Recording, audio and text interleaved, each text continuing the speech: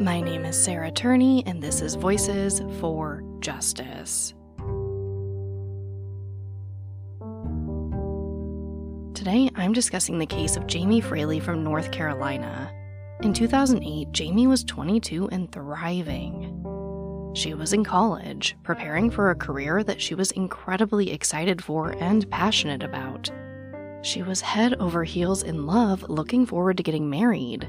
And for the first time in her life, she was experiencing independence. I feel like in your early 20s, some of those moments are just magic. The possibilities for what your life could be feels endless at times. While Jamie was dealing with some physical and mental health issues, it seemed like for the first time in a long time, she was genuinely happy and excited for her future with a solid plan to get what she wanted. But on April 8th, Jamie really isn't feeling well. Her stomach hurts, and it just isn't getting better, so she's taken to the emergency room. The doctors tell her that she probably has a stomach flu. They give her some medication, a prescription for more medication, and send her home.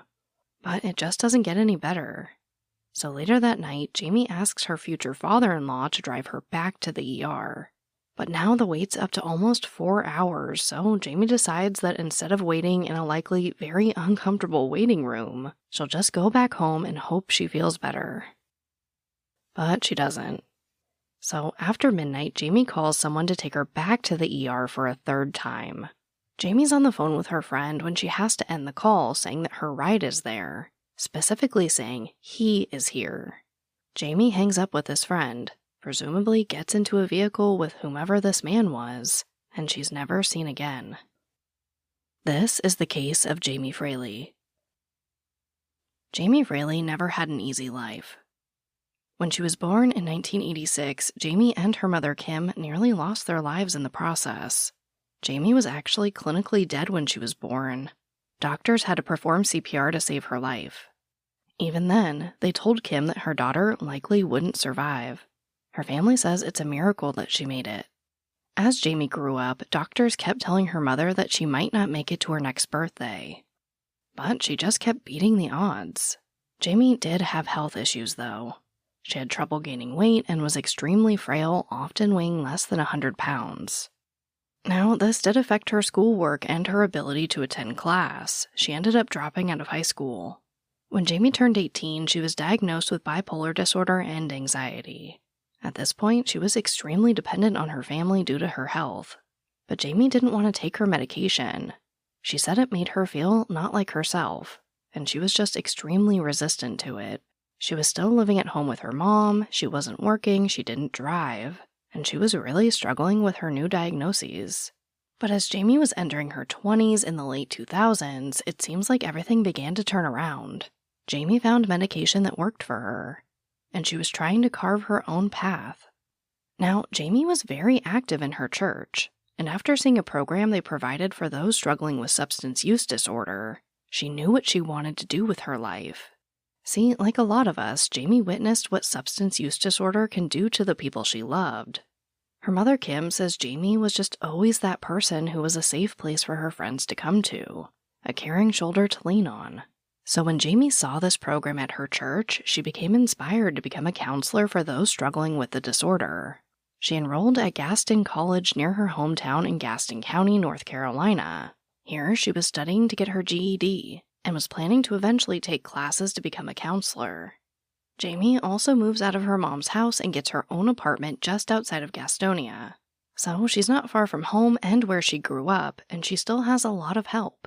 But she finally has some semblance of independence. Now, Jamie did receive Social Security benefits to provide financial aid, and she was assigned a healthcare provider that helped Jamie live independently. They did things like drive Jamie to and from doctor's appointments and help her manage her money.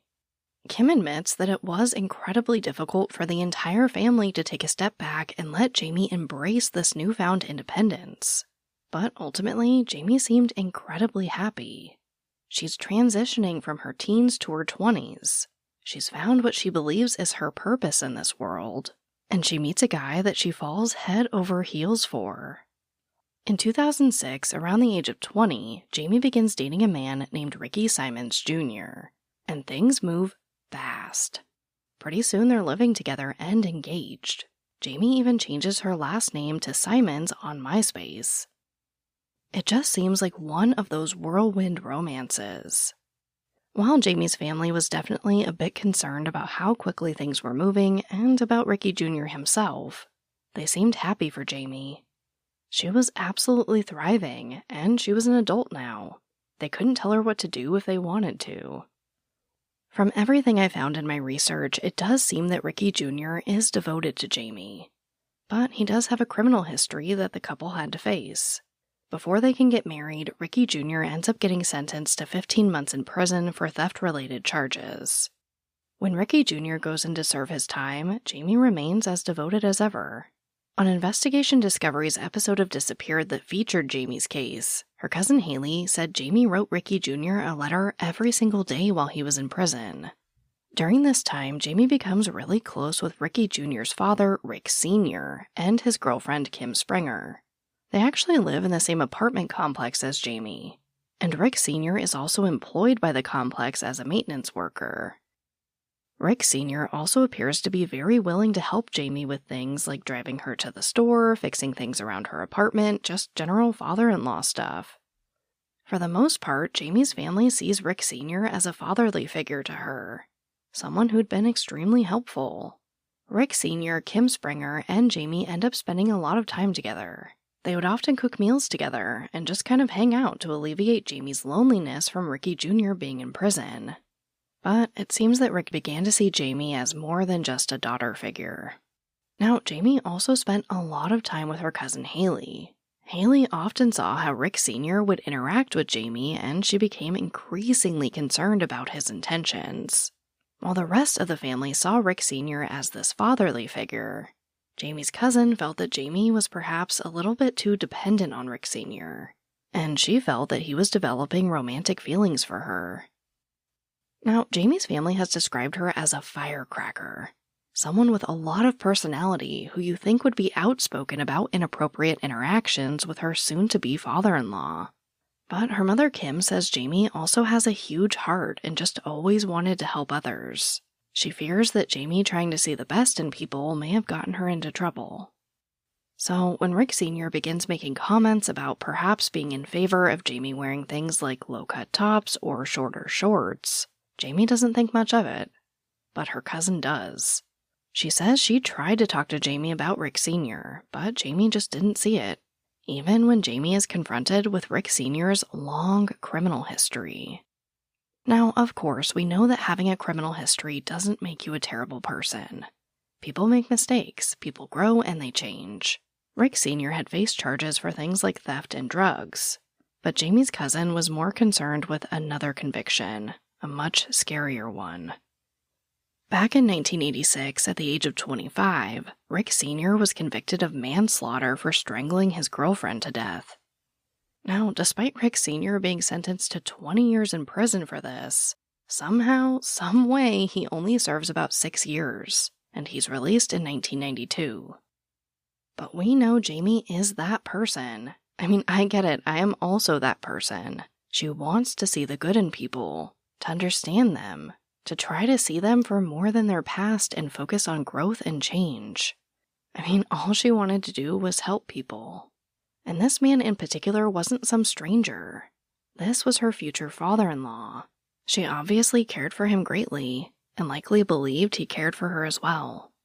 But of course, her cousin Haley is concerned. She knows about this conviction. She believes that Rick Sr. is becoming increasingly inappropriate with his comments about Jamie's looks. She just doesn't like this at all. But by the spring of 2008, it seems that Jamie's dependence on Rick Sr. is going to end because Rick Jr. is set to be released from prison in April. The situation essentially had an expiration date. But then Jamie goes missing. On Thursday, April 8, 2008, 22-year-old Jamie Fraley wakes up with a terrible stomach ache that's only getting worse. Eventually, it gets so bad that she calls her healthcare provider to ask for a ride to the emergency room. After seeing a doctor, she's told that she probably has some type of stomach flu. They give her some medicine, a prescription for more, and send her on her way. But when Jamie gets home, she's not feeling better. She calls her mom to tell her that she thinks the doctors were wrong about her having the flu. Now, on this date, Jamie happened to already be watching Kim Springer's dog. She and Rick Sr. had actually broken up recently. So, not having Rick Sr. to depend on, she leaned on Jamie. When Kim Springer gets to Jamie's apartment to pick up her dog, she finds Jamie in bed, obviously in a really bad state. She does some things for her around the house, takes care of her a bit, and offers to take her prescription to the pharmacy for her. A prescription Jamie would ultimately never pick up. Like I said, Jamie's stomachache just continued to get worse. Eventually, she asks Rick Sr. to take her back to the ER, and he does. He drops her off, and Jamie's on her own. She waits around for a while, but once she realizes that the wait to be seen by a doctor is upwards of 4 hours, she decides she'll just go back home to ride it out. Jamie calls Rick Sr. for a ride home, but he doesn't answer. So another friend ends up driving her back to her apartment. Around midnight, Jamie calls her mom to tell her that her stomachache has not gotten any better. Now, her mom's about an hour away, but she offers to come pick Jamie up and drive her back to where she is and take care of her. But Jamie declines. She says she has a really important meeting at the Social Security office the next day. She was actually going to talk to them about managing her own finances. Just another step to becoming more independent. So Jamie says no, it's fine. I'm sure I'll feel better soon. So Kim Fraley tells her daughter, I love you. Jamie says, I love you too, and that's the last time they speak. The next day, Jamie's healthcare provider arrives at her apartment to drive her to her appointment at the Social Security office. They knock and knock and knock and even try to enter the apartment, but it's locked. The following day, on April 10th, the provider calls Jamie's mom, Kim, to tell her what's going on. Now Kim Fraley is really fearing the worst. She knows Jamie was super sick, and she's afraid she could be passed out somewhere. Maybe she fell and hit her head. She doesn't know. She just knows that Jamie is not where she's supposed to be after being extremely ill, and she hasn't heard from her in almost 2 days now. So she calls the Gaston County Police Department for a welfare check. When the police arrive, they get into the apartment, but Jamie isn't there. There's also no sign of a struggle or forced entry. So they tell Jamie's mom not to worry. She's an adult. It looks like she just stepped out for a bit. But Jamie's mom, cousin, and aunt are not satisfied with this answer. They know Jamie. They know this isn't like her. So they go to the apartment to look for themselves. They see what the police saw. It didn't look like anyone broke in or like there was any type of struggle. But they saw that Jamie had thrown up all over the apartment, and her purse, ID, and keys were all still there. There was also just this one really weird thing. At the top of Jamie's stairs, they found her favorite pair of shoes, the one she always wore, but there were no laces in them. So of course, they're racking their brains. It really wasn't unusual for Jamie to take just her phone to go to a neighbor's house, leaving things like her purse behind. But that obviously wasn't the case here. So where could Jamie have gone without her purse and her ID? It seems unlikely that she'd go back to the emergency room without her ID, or a form of payment. The same thing goes for picking up her prescription. And how was Jamie's apartment door locked if her keys were still inside? This family is just not convinced that Jamie simply walked away. So they call the police again and explain their concerns. But it's another one of those cases, you guys, where the police were like, oh, yeah, sorry, she's an adult, she can do whatever she wants to, bye. But while the police were still searching Jamie's apartment in the second sweep, her family is power calling Jamie's cell phone. If she just walked away, then she should answer her phone. Jamie always had her phone on her. At one point, she apparently had 2 cell phones to make sure she could stay in touch with Ricky Jr. They know Jamie, and they know something is wrong. Then, after calling Jamie for what I'm sure felt like forever, they finally get an answer. Only it isn't Jamie, it's a man. So, of course, they're like, who is this, and why do you have this phone? And the man says, hey, I work for the cable company, and I'm just out here repairing some lines. I heard the phone ringing, so I picked it up. Basically, this guy doesn't know anything about Jamie, and he's never considered a person of interest. From everything I could find, it seems like he really just found this phone. This is about 1.5 miles away from Jamie's apartment, at the intersection of New Hope Road and Hudson Boulevard. Now, luckily, this makes the Gaston County Police Department spring into action. They talk to this man and they take the phone. Finally, the family's concerns are being taken seriously, and the official search for Jamie begins. The first place they search is the area where the phone was found. Now, according to Jamie's episode of Disappeared, the phone was found in the road, and it was scuffed up as if someone maybe tossed it out of a car. But this area has also been described as a wooded area, so they again are thinking maybe Jamie was desperate, was trying to seek medical attention, and for some reason just didn't call for help. Maybe somebody gave her a ride. They just don't know what to think at this point. They search this area, they search nearby bodies of water, they search all around the apartment complex, and they talk to Jamie's neighbors, but there's no sign of her. One neighbor does report seeing Jamie walking toward her apartment around midnight, presumably right before she called her mom. This is the last confirmed physical sighting of Jamie. Now, while these searches and interviews are happening, investigators are looking into Jamie's phone. Unfortunately, it appears that it was handled by so many people they couldn't get any useful fingerprints off it. But in going through the phone, they were able to gather some additional clues. They see that on the night Jamie went missing, she called her mom. We know that. But they also saw that she sent an email to a friend that seemed totally normal. Just a regular, how are you kind of check-in thing. But then they see that not long after Jamie spoke with her mom and sent this email, she made another call to a friend. This friend's name hasn't been released, and I don't know if it's the same friend that gave her the ride home from the hospital the second time. But it does seem like, again, this was an innocent interaction. Jamie tells this friend that she's sick, but she's getting a ride to go back to the emergency room for the third time. Jamie does not mention who is giving her the ride. The friend says they just know that this person was driving a truck, and before getting off the phone, Jamie said, quote, "He is here," end quote. But that's it. No one knows who he is. All they know is that this is the last person to speak with Jamie, and whomever this man that she mentioned is, didn't take her to the hospital. Once investigators start talking to Jamie's friends and family, specifically her cousin Haley, they narrow their focus on Rick Sr., and things really start to unravel. Investigators learn that not only were Jamie and Rick Sr. close, but of course they see his prior manslaughter conviction for strangling his ex-girlfriend. They also speak to Haley about her concern over the interaction she witnessed between the two. Like I mentioned earlier, Rick Sr. and Kim Springer broke up before Jamie went missing, but Haley gives investigators a little more insight into why they broke up. She says that Jamie was a huge part of it, that Kim Springer would often come home to find Jamie and Rick Sr. alone. And we don't have a ton of detail here, but I think it's easy to see why Kim was concerned. When investigators speak with Kim Springer, she confirms that she and Rick Sr. had broken up a few months prior, and Jamie was a factor in that, but that it was also Rick Sr.'s drug use. She just didn't want to be a part of that world anymore.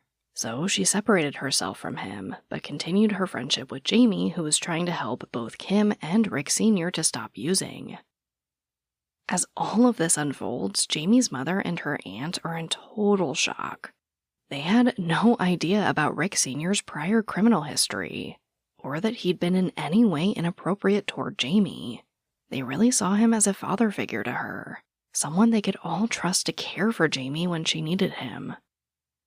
Now, things start to move really fast, and this image of who they thought Rick Sr. was just falling apart.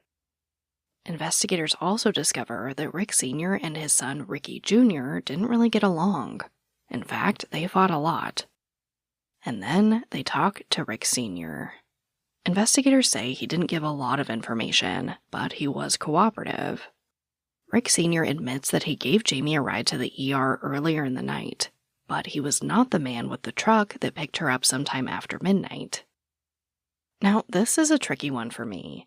In the episode of Disappeared, investigators say that Rick Sr. didn't drive a truck, but he drove a white paneled van that could be described as a truck.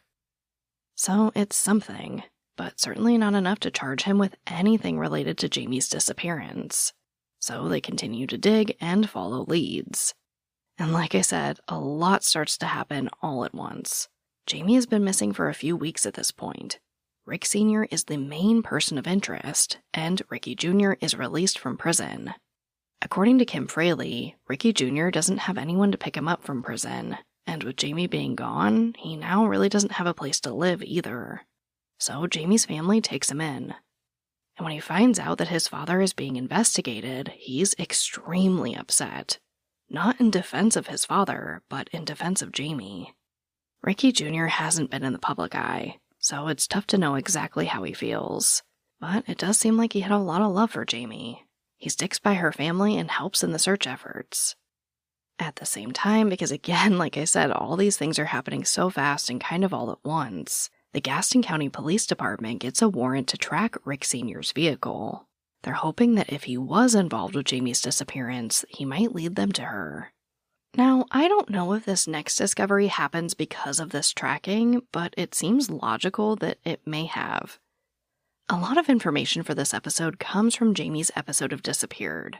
I mean, outside of that, there are some articles, specifically some consistent coverage from a journalist named Joe DePriest from the Charlotte Observer. But some of these details I could only find in that episode. So in the show, investigators say that someone reported a mysterious bag of trash on the side of the road. This is about 2.5 miles from Jamie's apartment and 1.5 miles from where her cell phone was found.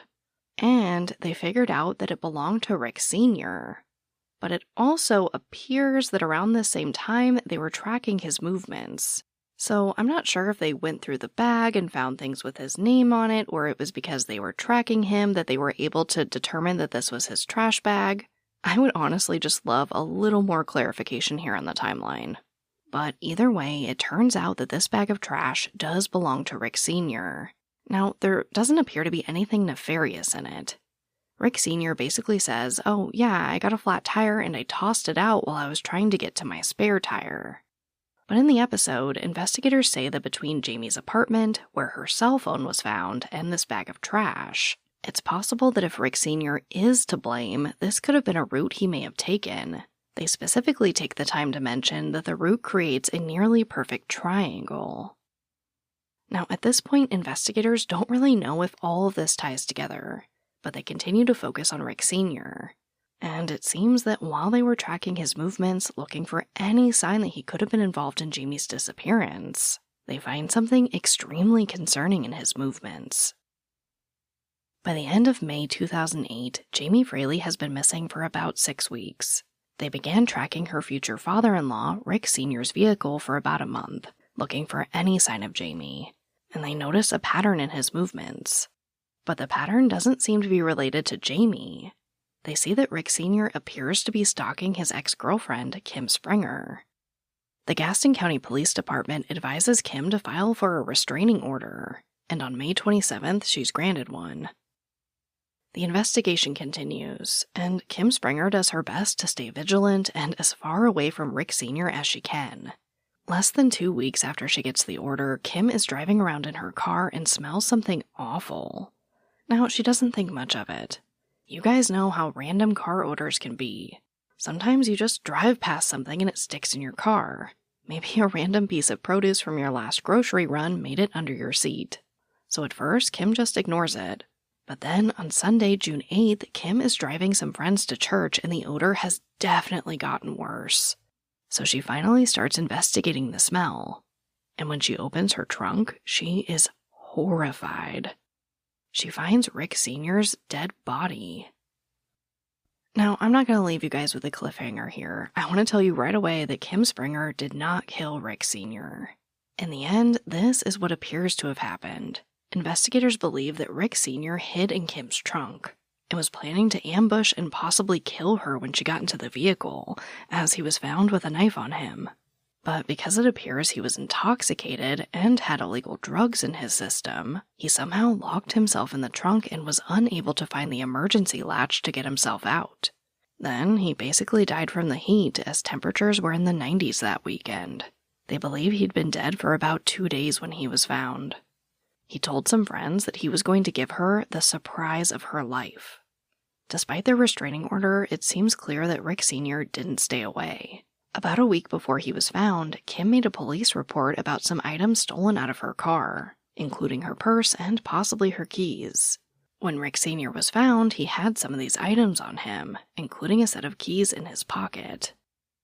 Now, I'm not one to take speculation as fact, but I am one to call it like I see it. Most people believe that Rick Sr. fully intended on taking Kim Springer's life. Obviously, this was devastating for Kim Springer and Jamie Fraley's family.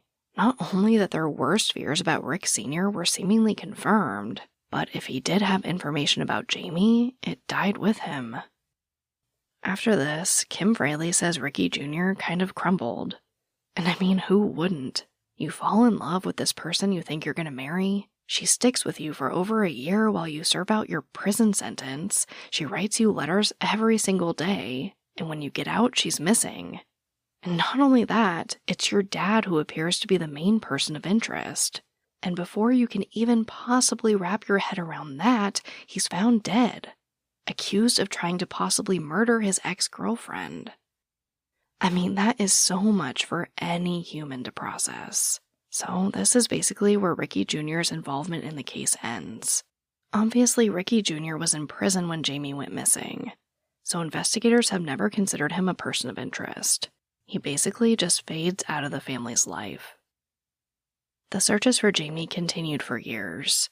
There were billboards. She was featured on America's Most Wanted. Her family continued to push for answers. They go to sporting events to hand out flyers. Jamie's aunt, cousin, and a family friend even established their own group to look for Jamie and to speak to potential witnesses. But unfortunately, they didn't find much. Of course, it was extremely difficult on Kim Fraley as well. She was so excited for her daughter whom doctors kept telling her wouldn't live to her next birthday. She got to see her live so many more years than doctors expected. Her health wasn't perfect, but Jamie was thriving. For the first time in her life, she was ready to live independently. She was in love, looking forward to starting her career, getting married, and maybe even eventually having a family of her own. And it just fell away right in front of Kim Fraley. Kim's sister would eventually move in with her to look after her after it all became too much to bear. So, what happened to Jamie? Well, in 2010, there was one tip that gave Jamie's family a lot of hope.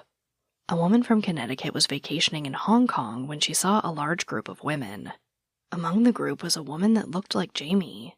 Not only that, but this woman also says she saw her mouth the words, "Help me." So when she gets back from her trip, she starts looking up missing persons cases and finds Jamie. She reports what she saw to the police, convinced it was her. The FBI is even called in to investigate, but it seems like nothing came of it.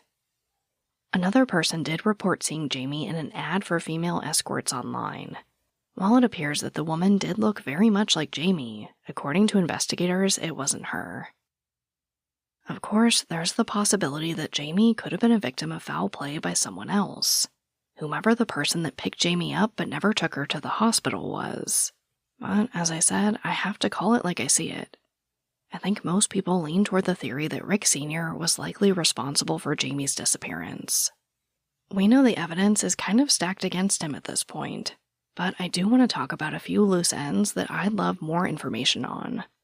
First, I really wish we had a little more information about the set of keys that was found in his pocket. We know that he worked maintenance in his and Jamie's apartment complex. For this episode, I spoke with a friend of mine who worked for several years in maintenance for retirement communities with individual apartments. Now, of course, I can't say that this is the case for Jamie's apartment complex, but he told me that every single maintenance guy he knew had master keys to every single apartment, or at least a single key that would open every single apartment. He also said that they did have access to a key copy machine, though he says it does depend on the type of key and the type of machine to say what type of copies you can make. He does specifically mention that car keys can be a lot trickier. So, going off that, I have to imagine that Rick Sr. had access to a machine that creates copies of keys, if not a master key to the apartment complex itself. But that's why I want to know more. Because if Rick Sr. could copy keys or just had a copy of the key to Jamie's apartment, that would explain how it was locked with the keys still inside. And if he was able to copy something like a car key, that might explain how he got into Kim's car. And there's another loose end that I'd love more information on: Jamie's shoelaces. Why were they missing from her shoes? My mind goes in a few directions when I think about this. Honestly, first I thought that Jamie maybe had some type of mental health crisis, and possibly spent the night in a hospital where they will often remove your shoelaces to prevent you from harming yourself. That would explain why the shoes didn't have laces. But it doesn't seem that they were able to find any record of Jamie being hospitalized anywhere after her second trip. Then I thought about Rick Sr.'s past, and how he killed his ex-girlfriend in the 80s by strangling her. There aren't a ton of statements out there about Rick Sr.'s character, but I did find one quote from a cousin that grew up with him. He says that he and Rick were really close growing up, and he was a good guy, but they lost touch after high school. When they reconnected, he wasn't the same Rick he knew. He told the Charlotte Observer, quote, "When I did see him later, he was a totally different person. Anything he said was lies. He was an irritable person, like he hated life. He was like the devil. He made enemies everywhere he went." End quote. Jamie's mother says that after Jamie went missing, she had the chance to speak with Rick Sr., and he said something that haunts her to this day: that maybe someone has Jamie and just doesn't want to give her back. We don't know what happened to Jamie Fraley, but investigators continue to look into the possibility that Rick Sr. was responsible, and they believe that someone in Gaston County has information that can finally give the Fraley family the answers they've been looking for over 14 years now. So please share Jamie's case. It's been a long battle for her family, and they're still fighting for answers. Also, Jamie's mother Kim told the Gaston Gazette that if Jamie is out there, alive somewhere, she wants her to know that she still thinks about her every day and wants her home. As a reminder, Jamie Fraley went missing from her apartment just outside of Gastonia, North Carolina, on or about April 8, 2008. Jamie was 22 when she went missing. She's 4 foot 8 inches tall, weighed approximately 90 pounds at the time, and has blonde hair with brown eyes. Jamie does have a tattoo on her ankle that says Ricky. Anyone with information about Jamie is asked to call the Gaston County Police Department at 704-866-3320. Or you can call Crime Stoppers at 704-861-8000. But as always, thank you, I love you, and I'll talk to you next time.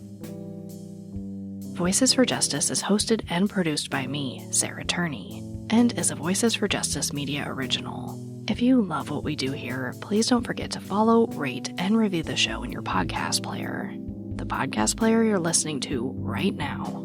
It's an easy and free way to help us and help more people find these cases in need of justice. And for even more content, check out my other podcast, Disappearances, only on Spotify.